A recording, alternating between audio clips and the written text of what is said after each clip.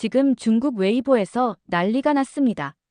400만 팔로워를 가진 인플루언서가 갑자기 태도를 180도 바꿨다는 소식이 들려오고 있어요.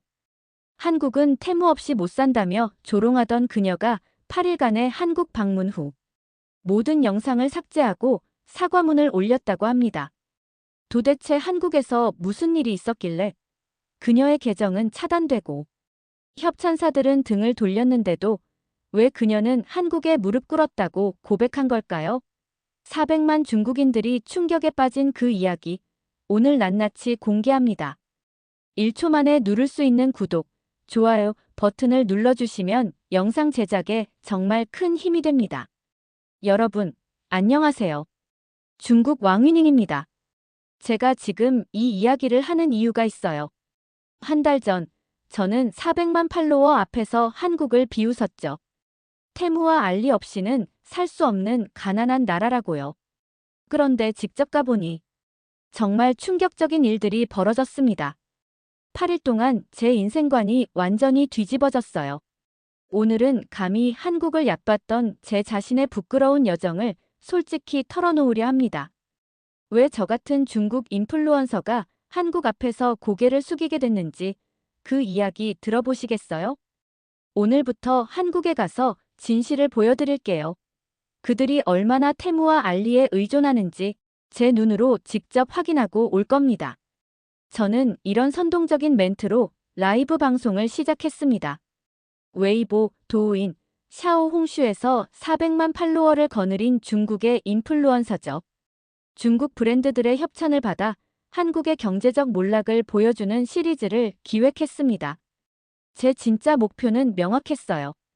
한국의 가난함, 저가 소비 문화, 그리고 반중 정서를 모두 카메라에 담아내는 것이었죠. 한국인들 요즘 너무 가난해서 알리 없으면 옷도 못 입는데요 키읔키읔. 웨이보에 이런 글을 올리자 댓글이 폭주했습니다. 왕윈닝, 이번엔 완전 사이다 콘텐츠네. 한국인들 현실 좀 보여줘. 그들의 위선을 까발려줘. 팔로워들의 응원에 더욱 자신감이 생겼습니다. 한국에 대한 제 지식이라곤 고작 인터넷에서 본 몇 가지 정보와 중국 온라인에 떠도는 소문들 뿐이었는데도 말이죠. 그래도 저는 확신했습니다. 한국은 경제적으로 몰락했고 사람들은 태무 같은 중국 플랫폼에 의존해 살아간다고요. 촬영 장비를 챙기면서 PD에게 말했습니다. 이번엔 시원한 콘텐츠 나올 거예요. 한국인들이 태무 앱 들여다보는 모습 잡아내면 대박 날 거예요. 비행기를 타기 전 마지막으로 팔로워들과 라이브 방송을 했습니다. 여러분, 기대하세요. 진짜 한국의 모습을 보여드릴게요. 그들이 얼마나 중국 제품에 목매는지 낱낱이 보여드리겠습니다. 그때까지만 해도 저는 몰랐습니다. 제가 얼마나 무지하고 오만한지를요. 그리고 이 여행이 제 인생을 완전히 바꿔놓을 거라는 사실도요. 인천공항에 내리자마자 당황했습니다. 넓고 깨끗한 공항, 정돈된 시설, 그리고 면세점에 가득한 명품 브랜드들. 이게 제가 상상했던 경제적으로 몰락한 나라의 모습일까요? 공항 라운지에서 만난 젊은 커플이 루이비통 지갑을 꺼내 결제하는 모습을 보고 깜짝 놀랐습니다. 제 예상과는 너무 달랐죠. 그들은 태무나 알리 앱을 쓰는 대신 삼성페이로 결제하고 있었고요. 이건 그냥 공항이니까 그렇겠지. 자기 합리화하며 시내로 향했습니다. 하지만 명동, 성수, 강남을 돌아다닐수록 더 혼란스러워졌습니다. 거리 곳곳에는 GARA, COS, MCM, 그리고 루이비통, 구찌 같은 LVMH 브랜드 매장들이 즐비했고 그 안은 한국인 고객들로 북적였어요. 용기를 내어 쇼핑하는 20대 여성에게 물었습니다. 왜 알리나 태무 같은 건 안 쓰세요? 그녀는 마치 이상한 질문을 들은 것처럼 표정을 찌푸렸습니다.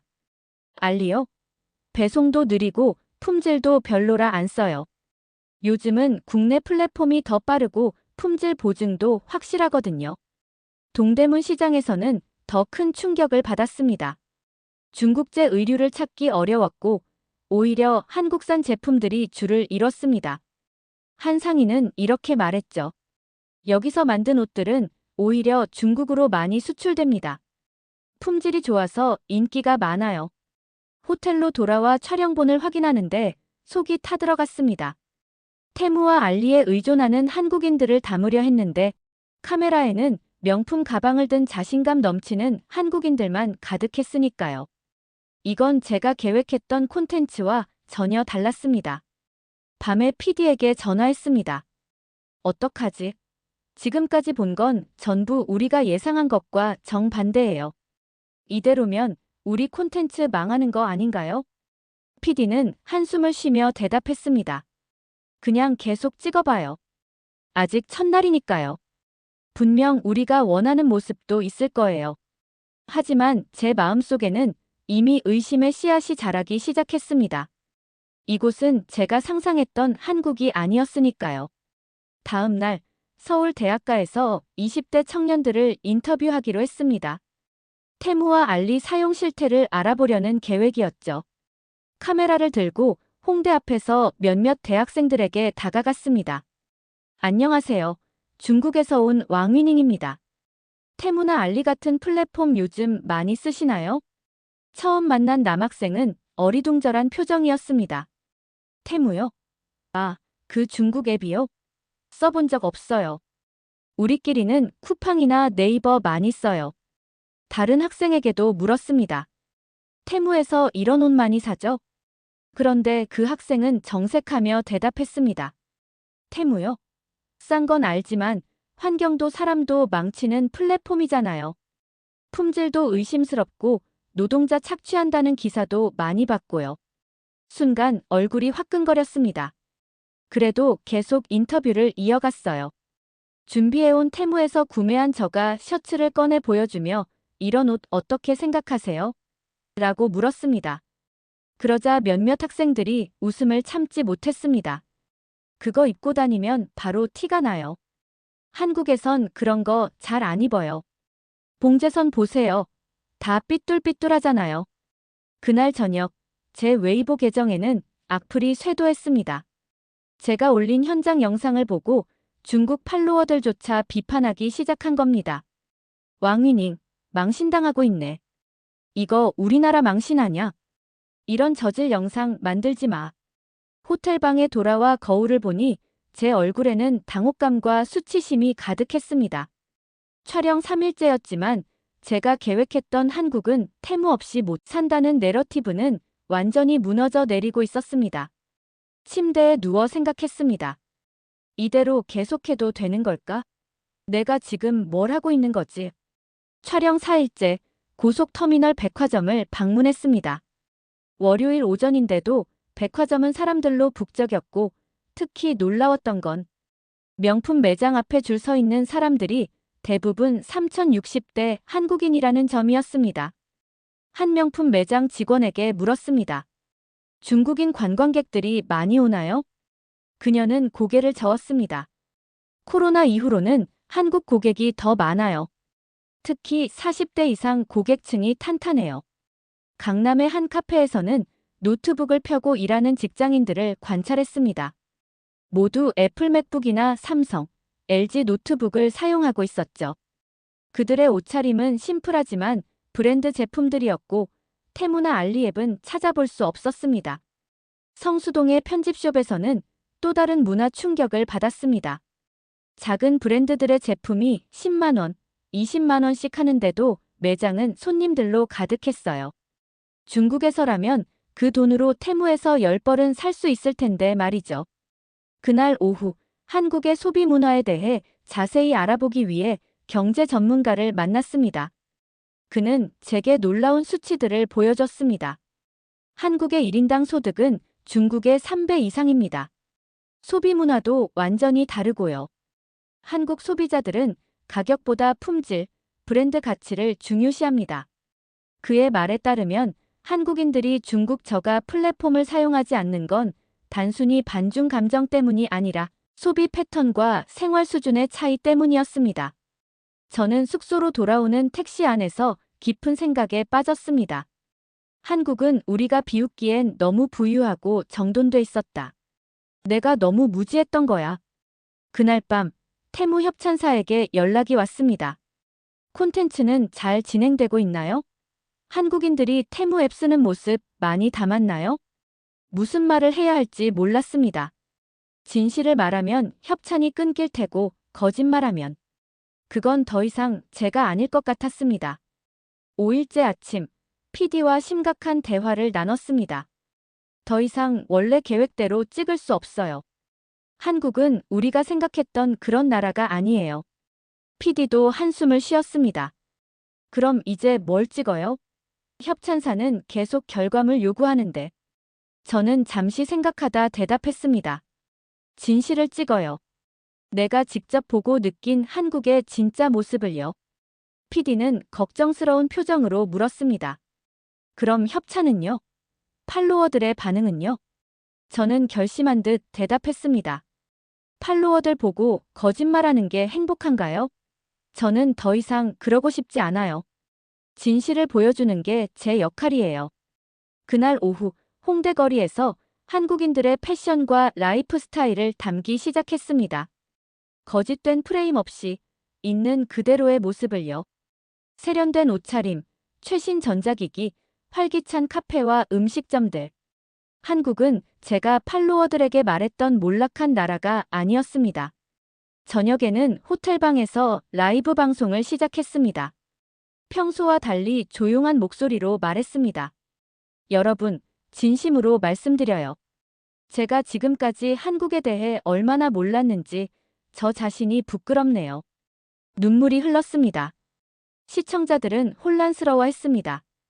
왕위닝, 무슨 일이야? 협박당한 거야? 한국에서 세뇌당했어. 하지만 저는 계속 진심을 말했습니다.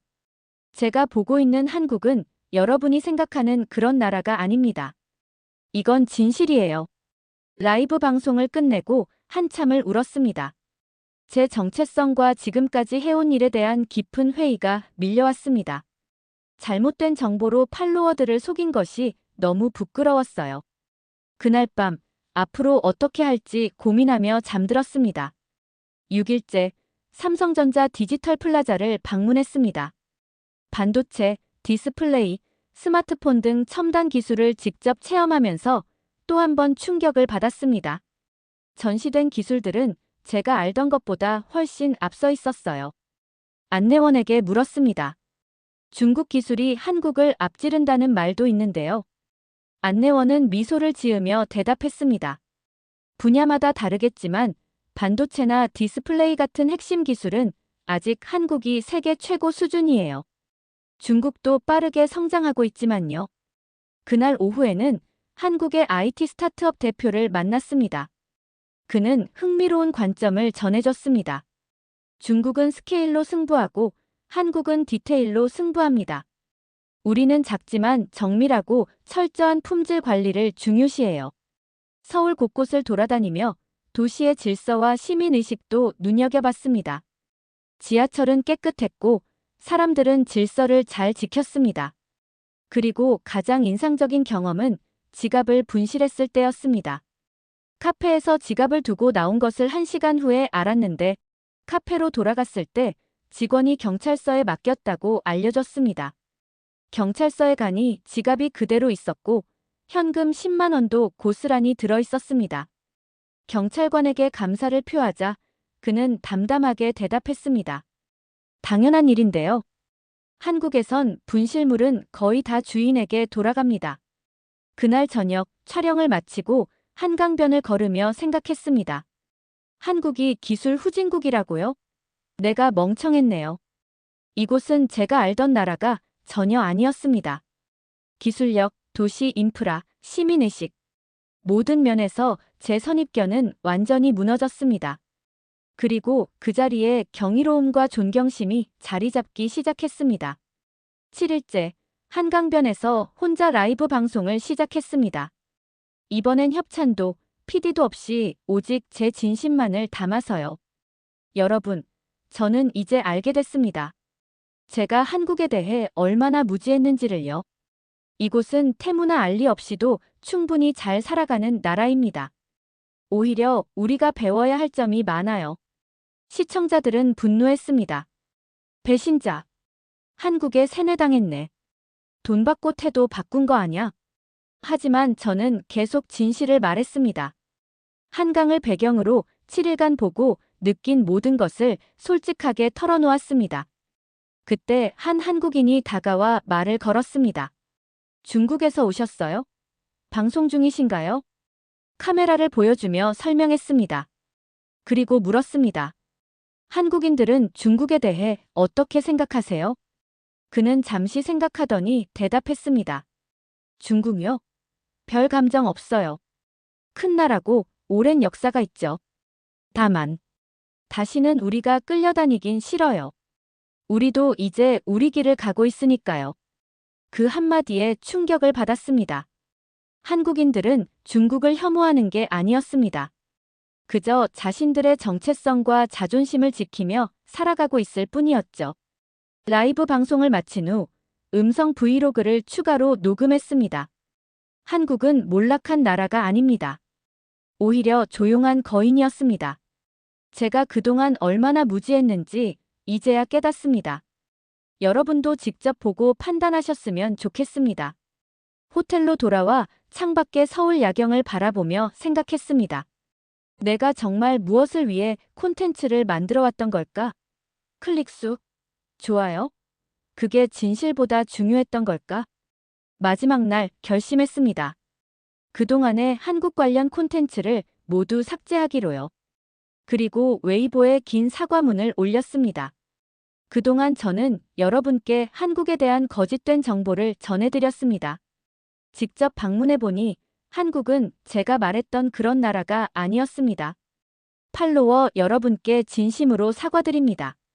예상대로 웨이보 계정은 3일간 차단됐고 협찬사들은 계약을 전면 중단했습니다. 팔로워도 30만 명이나 줄었습니다. 하지만 마음은 오히려 가벼워졌습니다. 귀국 비행기 안에서 새 계정을 만들었습니다. 진실을 전하는 왕위닝입니다. 이번엔 내 눈으로만 보고 말할 겁니다. 중국에 돌아온 후 첫 번째 콘텐츠로 한국 여행에서의 경험을 솔직하게 담은 다큐멘터리를 제작했습니다. 더 이상 거짓말하지 않기로 했습니다. 비록 팔로워는 적어졌지만 진실을 전하는 콘텐츠를 만드는 게 더 행복했습니다. 한 달이 지나 책상 위에는 메이드 인 코리어 열쇠고리가 놓여 있습니다. 그 옆에는 메모지 한 장이 있습니다. 테무와 알리로는 설명할 수 없는 나라였다. 한국은 내가 알던 나라가 아니었다. 이제 저는 새로운 시작을 했습니다. 더 이상 클릭수를 위해 거짓말하지 않고 진실만을 전하는 인플루언서로요. 비록 처음보다 유명세는 줄었지만 마음은 더 편안합니다. 한국 여행이 제게 가르쳐준 가장 큰 교훈은 바로 이것입니다. 진실을 말하는 용기는 1000만 팔로워보다 더 값지다. 지금까지 코리아 감동 채널이었습니다. 오늘도 우리 구독자님들 행복한 하루 되시길 진심으로 기원드립니다. 긴 영상 끝까지 시청해주셔서 감사드립니다. 1초면 누를 수 있는 구독, 좋아요 버튼을 눌러주시면 영상 제작에 정말 큰 힘이 됩니다. 감사합니다.